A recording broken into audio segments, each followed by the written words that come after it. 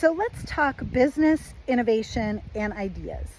And most people will tell you that everybody has very similar ideas. There'll be people all over the world that have the same idea.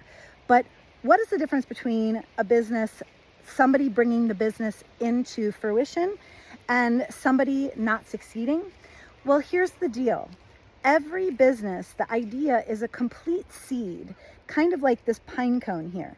So this pine cone actually has the entire map to get it to an adult, fully formed tree embedded inside of it.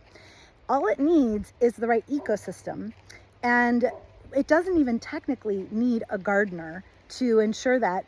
They just fall off the trees and they're everywhere.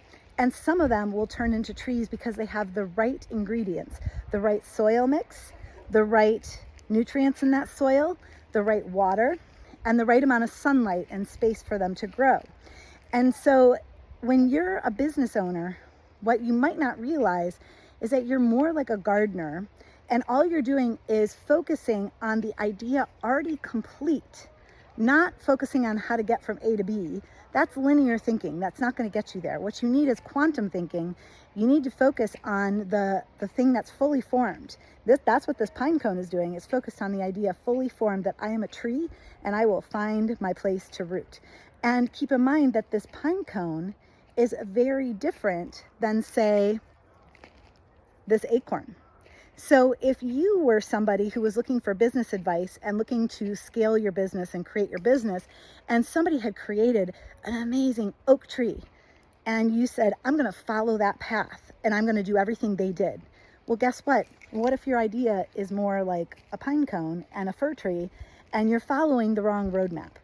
And so oftentimes what people get mixed up in startup world and in creating businesses is that so much of it is intuitive, inspiration, creativity.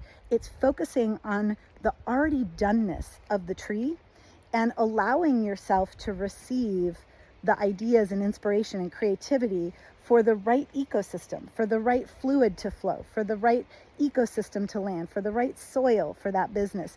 And so if you are somebody who is linear thinking and following what everybody else is doing, that is a recipe for disaster in business when it comes to innovation and doing something new.